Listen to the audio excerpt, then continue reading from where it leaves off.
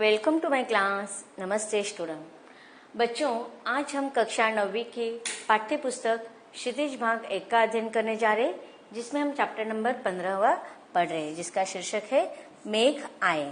मेघ आए इस कविता का यह सेशन नंबर 4 है। इसके पहले भागों में हमने देखा कि कवि ने यहाँ पर प्रकृति का मानवीकरण किया है कि जैसे ही मेघों का आगमन हो जाता है, आकाश में बादल छा जाते हैं, तो उसके स्वागत में सारी प्रकृति जुट जाती है। जैसे कि हमने देखा था कि पेड़ झुकने लगे हैं, हवा बहने लगी है, धूल घाघरा उठाए भाग रही है। फिर बड़े बुजुर्ग जो पीपल का पेड़ है वह भी उसके आगवानी में लग गए हैं, उसका स्वागत करने में लग गए, उसका जुहार कर रहे हैं। उसके बाद हमने देखा कि तालाब भी परात लेकर उसका पैर धोने में जुट गई है, और लता भी अपने उस मेघ रूपी पति से रूठकर व्याकुल, जो इतने 1 वर्ष तक व्याकुल थी, वह उसे उल्हाना दे रही कि पूरे 1 वर्ष के बाद आप आए हैं और आप 1 वर्ष के बाद आपको मेरी याद आई है। तो यहाँ पर कवि ने प्रकृति का मानवीकरण किया है।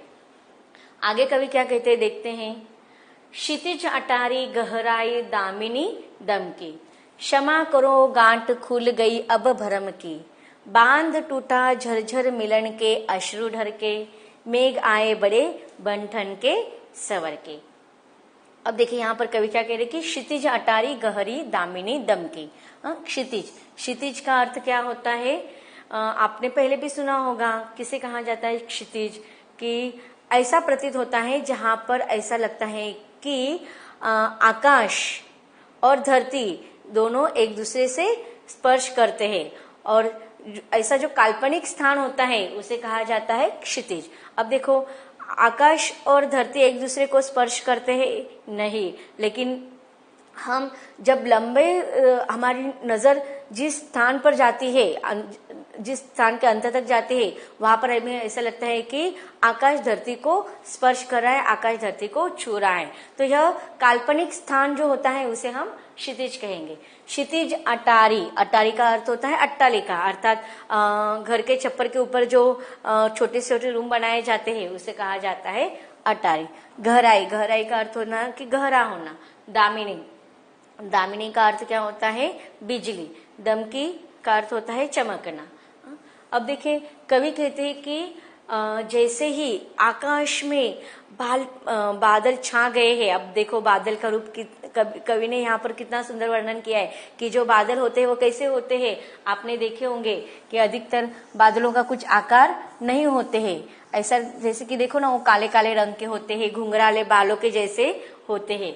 तो यहाँ पर कवि कहते हैं कि आकाश में पूरे काले काले घने घने बादल छाए हुए हैं, और उन घने बादलों के बीच में, उस गहराइयों में, काले काले गहराइयों में क्या हो रहा है? दामिनी दमकी, अर्थात बिजली चमकने लगी।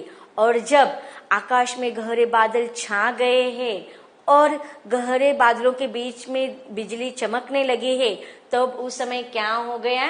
क्षमा करो गांठ खुल गई अब भरम की। भरम का अर्थ होता है संदेह। तो अब गांव वालों का जो संदेह है, जो भ्रम है, वह क्या हो गया है? टूट गया है। अब गांव वालों को क्या भ्रम हुआ था, क्या संदेह हुआ था? अब देखिए गर्मी की ऋतु में गर्मी की ऋतु में लोग क्या हो गए थे? बहुत व्याकुल हो गए थे गर्मी की वजह से, और वह बहुत लंबे अरसे से बरसात का इंतजार कर रहे थे। लेकिन लंबा समय बीतने के बावजूद भी बरसात का आने का कोई भी नामो निशान नहीं देख रहे थे। इसलिए गांव के लोगों को ऐसा प्रतीत हो रहा था कि अब इस साल बरसात नहीं होगी। और यह जो संदेह उनके मन में था कि पता नहीं इस साल बरसात होगी या नहीं, कब होगी पता नहीं, यह जो भ्रम उनके मन में छाया हुआ था, वह भ्रम टूट गया। अब कैसे टूट गया? क्योंकि अचानक से क्या हो गया है? आकाश में गहरे काले घुंघराले बादल छा गए हैं, और उन बादलों के बीच में जब बिजली चमकती हुई दिखाई दे रही है। अब ये किसका संकेत है कि अब क्या होने वाला है? निश्चित रूप से बरसात होने वाली है। जब ये लोगों ने यह देखा तो उनका जो भ्रम था कि बरसात इस साल नहीं हो गया, वह टूट गई और गांठ खुल गई अब भरम की, अर्थात संदेह मन में जो था वह खत्म हो गया, गांठ खुल गई, खत्म होना, नष्ट होना। और इसलिए क्या करते हैं, लोगों के मन में जो संदेह था वह खत्म हो गई और वो लोग बरसात से, बादलों से क्षमा मांगते कि हमने तुम्हारे इस साल बरसात नहीं होगी, इसलिए वजह से हमने जो संदेह तुम्हारे ऊपर लिया था वह, उसके लिए आप मुझे क्षमा कर दिए। अब देखिए यहाँ पर कवि ने यह एक अर्थ बताया है प्राकृतिक दृष्टि से। अब दूसरा अर्थ क्या है कि देखो हमने देखा था कि कवि ने मानवीकरण किया है कि शहर में रहने वाला जो दामाद है लंबे अरसे के बाद अपने ससुराल में आने वाला है, ग्रामीण क्षेत्र में आने वाला है, गांव में आने वाला है, तो गांव के लोग उसके स्वागत में जुट जाते हैं। और उसी प्रकार देखो हमने देखा था कि पीपल के पेड़ में जो अकुलाई हुई व्याकुल लता भी मेघ से शिकायत कर रही थी। उसी प्रकार नवविवाहित जो महिला है, स्त्री है, वह लंबे अरसे के बाद जब अपना पति घर पे आता है तब वह उससे शिकायत करती है कि एक साल के बाद आपको हमारी याद आई। और अब देखिए उसके मन में भ्रम था कि उसके पति पता नहीं कब आएंगे या आएंगे भी नहीं, लेकिन जब उसके पति आती है तो व्याकुल नवविवाहित, उसके मन में जो भ्रम था, जो उसके मन में संदेह छाया हुआ था कि उसके पति उससे मिलने के लिए नहीं आएगी, तो यह भ्रम क्या हो गया, नष्ट हो गई, गांठ खुल गई। और इसलिए वह नवविवाहित स्त्री अपने पति से क्षमा मांगती है कि करती है कि क्षमा करो, गांठ खुल गई अब भरम की। बांध टूटा झरझर मिलन के अश्रु ढर के। और देखो जब पति ने अपने पत्नी की यह बात, नवविवाहित स्त्री की बात सुनी, तो उसके आंखों में अश्रु बहने लगे। अब देखिए यहाँ पर कवि ने भी प्राकृतिक वर्णन किया है कि जब लता अपने पीपल के पेड़ के इर्द गिर्द जो छाई होती है, तो वह भी क्या करने लगती है, दरवाजे की किवाड़ के बीच में मेघ रूपी पति से बातचीत कर रही है और वह कहती है कि एक साल के बाद तुम्हारा यहाँ पर आगमन हुआ है, लेकिन मेरे मन में ऐसा संदेह आ गया था कि अब आप बरसने वाले नहीं हो, इस साल ऐसे ही वर्षा ऋतु बिना बरसात की जाएगी, लेकिन आपका आगमन होने से क्या हो गया है, अब मेरे मन का संदेह दूर हो गया है। और जो मैंने संदेह अपने मन में लिया उसके लिए वह मेघ रूपी पति से क्षमा मांगती है। और जब मेघ रूपी पति अपने पत्नी के यह स्नेह को देखता है, प्यार को देखता है, तो क्या हो गया, बांध टूटा, मन का जो संदेह था वो टूट गया, मन का जो आभास था वह टूट गया, बांध टूटा, झरझर मिलन के अश्रु ढर के। और उसके आंखों से मिलन के, प्रेम के, स्नेह के अश्रु बहने लगे। अर्थात देखो स्नेह के कौन से अश्रु बहने लगे कि देखो बरसात के ऋतु में जब आकाश में बादल छा जाते हैं और अचानक से मूसलाधार बारिश बहने लगती है, तो उसका वर्णन कवि क्या कर रहे हैं, बांध टूटा। अब बांध कौन सा टूटा है, बादलों का। अब तक जो गहराइयों में, बादलों के गहराई में जो बरसात का पानी छिपा हुआ है उसका बांध टूट गया है और झरझर मिलन के, और उस आकाश रूपी बादल के धरती से मिलन के रूप में बरसात का पानी बहने लगा है। झरझर मिलन के अश्रु ढर के, अश्रु का अर्थ होता है आंसू, ढरने का अर्थ होता है बहना। तो बरसात रूपी पानी धरती के तापन को मिटाने के लिए झरझर बहने लगी। अब देखिए यहाँ पर झरझर इस शब्द का 2 बार आवृत्ति हुई है, इसलिए यहाँ पर पुनरावृत्ति प्रकाश अलंकार भी है। मेघ आए बड़े बंठन के सवर के।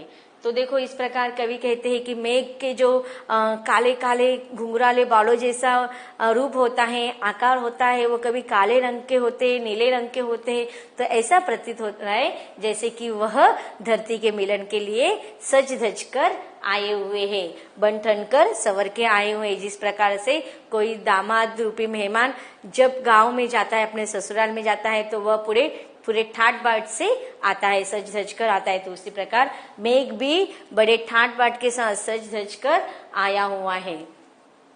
तो इस प्रकार इस काव्यांश को हमने विस्तार से पढ़ लिया है। इस काव्यांश में आए हुए कुछ कठिन शब्दों का अर्थ देखते हैं। क्षितिज, वह काल्पनिक स्थान जहाँ धरती और आकाश मिलते हुए प्रतीत होते हैं। अटारी, अट्टालिका, गहराई, छा गई।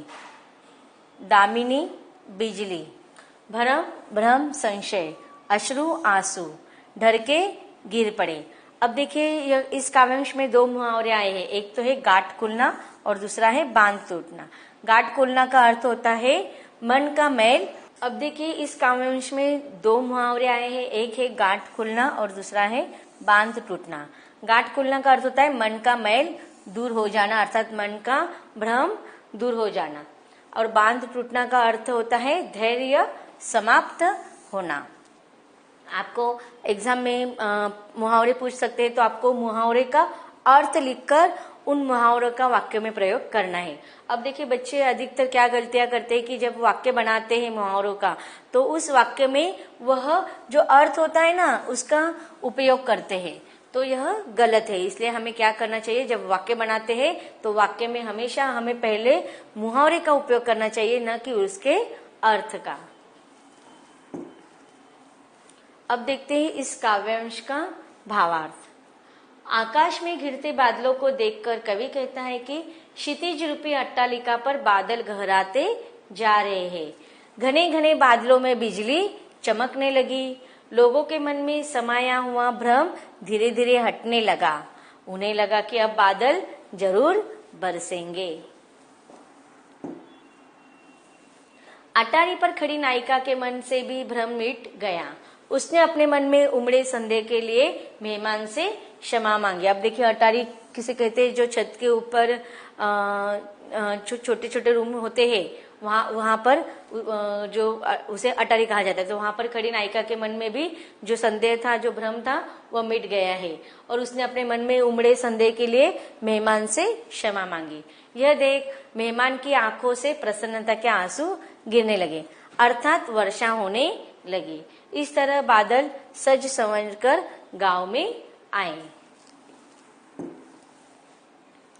अब देखते हैं इस काव्यांश की क्या क्या विशेषता है। गांव में मेघ रूपी बादलों के आने का सजीव चित्रण किया है। इस काव्यांश में दृश्य बिंब उपस्थित है, अर्थात देखो जब कवि वर्णन करता है किसी भी वस्तु स्थिति का, तो वह हमारे सामने दृश्य के रूप में आ जाते हैं या चित्र के रूप में आ जाते हैं। तो यहाँ पर कवि ने दृश्य बिंब उपस्थित किया है। उसके बाद गहराई दामिनी दम की। अब देखिए यहाँ पर गहराई दामिनी दम की, इसमें द इस वर्ण का 2 बार प्रयोग हुआ है, इसलिए यहाँ पर अनुप्रास अलंकार है। झरझर मिलन के अश्रु ढरके में झरझर इस शब्द का पुनरावृत्ति हुआ है, इसलिए यहाँ पर पुनरुक्ति प्रकाश अलंकार है।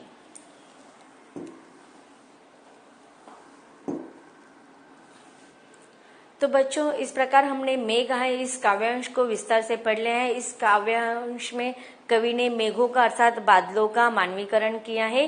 प्रकृति का मानवीकरण करने की वजह से यहाँ इस काव्यांश में हमें अधिकतर मानवीकरण अलंकार देखने को मिलता है। यह काव्यांश यहीं पर खत्म होता है।